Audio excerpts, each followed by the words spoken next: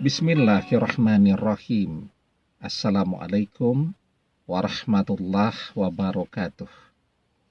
Bapak-bapak, ibu-ibu, mas-mas, mbak-mbak, khususnya adik-adikku sekalian yang dirahmati Allah dimanapun Anda berada. Kembali di IIP Channel bersama saya, IIP Wijayanto. Kali ini kita akan membahas tema mantan menzolimimu, ia tidak akan pernah bahagia. Ya, jadi di dalam kehidupan ini, kalau orang ingin bahagia, kuncinya sederhana. Carilah kebahagiaan itu dengan cara yang halal. Jangan sampai merugikan orang lain. Jangan sampai menzolimi orang lain. Atau jangan sampai, kalau istilah anak muda itu, mem-PHP, memberikan harapan saja kepada orang lain untuk kemudian membuat dia kecewa, ya. Karena untuk bahagia kita membutuhkan doa-doa yang baik dari semua orang. Setidak-tidaknya orang tidak mendoakan yang buruk-buruk. Tapi bagaimana seseorang bisa bahagia jika banyak orang yang kemudian mendoakan yang buruk untuknya? Apalagi orang-orang yang telah dia zolimi. Nah, mantan menzolimi kita kan, dia mengkhianati kita. Dia hanya memberikan harapan kepada kita untuk kemudian mengkhianati kita. Setelah kita habis-habisan, setelah kita tidak punya apa-apa, dia kemudian pergi untuk mencari cintanya yang baru. Bahkan mungkin yang lebih menyakitkan lagi, saat kita masih jungkir balik memperjuangkan dia, mencoba untuk memenuhi semua permintaannya, melayani semua kebutuhannya 24 jam.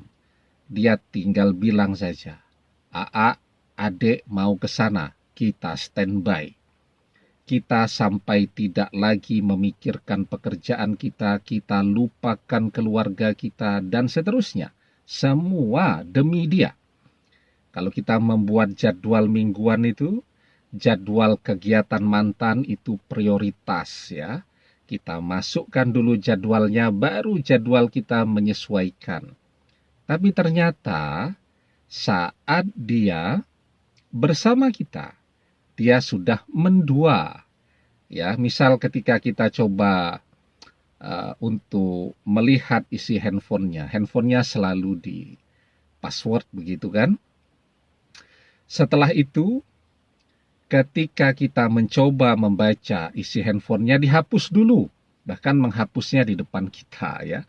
Nah, jadi dia sudah mendua, dia sudah pendekatan, bahkan juga sudah membangun komitmen dengan orang lain di saat kita berjuang jungkir balik 24 jam agar dia bahagia.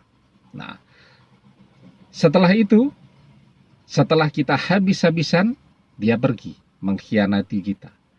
Dan tidak terbatas di situ saja. Mantan memang tidak punya perasaan, ya.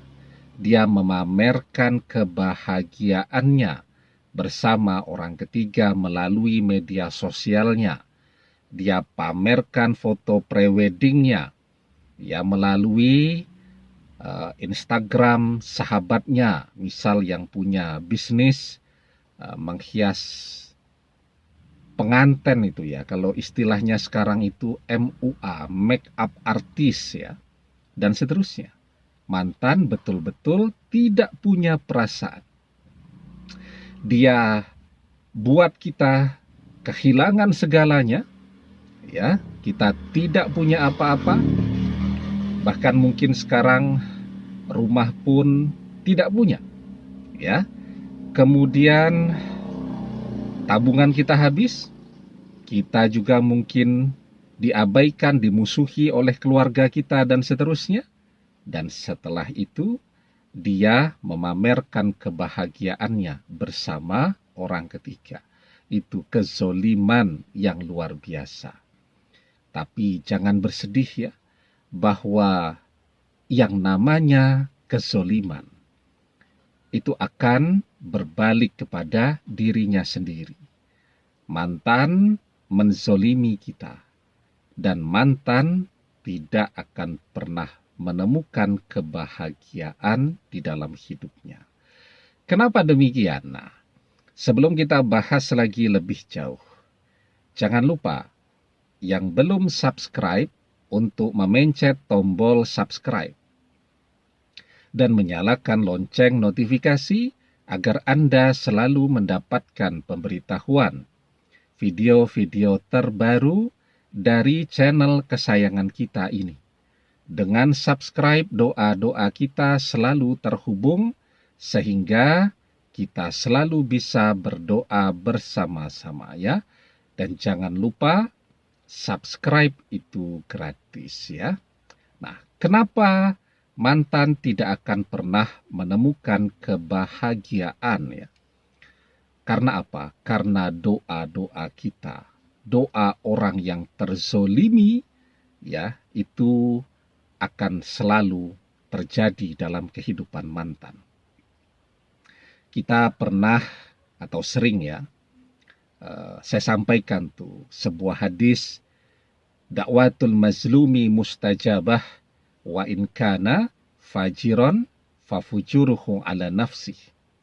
Ya, doa orang yang terzolimi itu terkabul, meski yang berdoa itu orang yang fajir, orang yang gemar maksiat.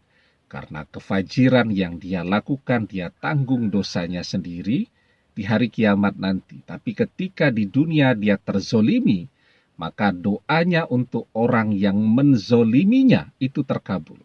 Ya, di dalam hadis yang lain juga dijelaskan bahwa orang yang terzolimi itu, ya, bahkan antara dia dengan Allah tidak ada hijab, tidak ada pembatas, doanya langsung ya didengarkan Allah dan langsung dikabulkan.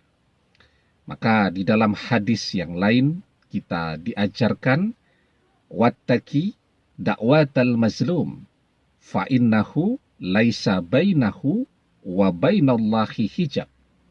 Hati-hatilah dengan doa orang yang terzolimi, karena sesungguhnya tidak ada hijab atau pembatas antara dia dengan Allah.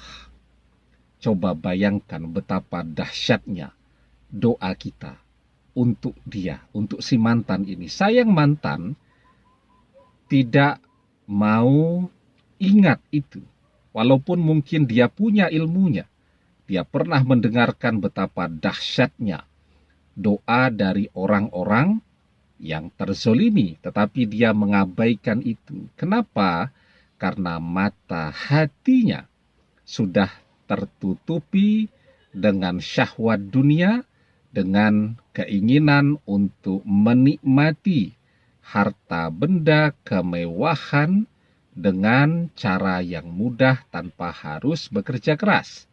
Nah, cara yang mudah itu ya tentu dengan memanfaatkan kita.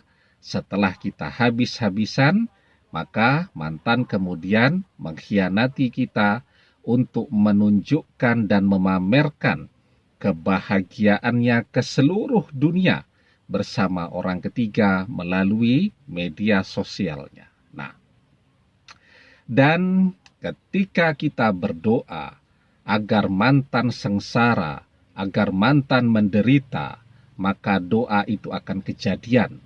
Ya, mantan akan menderita, mantan akan sengsara selamanya. Orang ketiga yang dia cintai akan mengkhianati dia. Orang ketiga yang dia harapkan akan menjadi ya tempat sandaran cintanya ternyata mengecewakannya. Orang ketiga hanya akan memanfaatkannya. Dan akan terjadi terus seperti itu. Kemanapun dia mencari cintanya yang baru, yang dia temukan hanya penderitaan. Itu yang akan terjadi dalam kehidupan mantan. Demikian, semoga bermanfaat. Wallahu a'lam bissawab, billahi taufik wal hidayah. Assalamualaikum warahmatullahi wabarakatuh.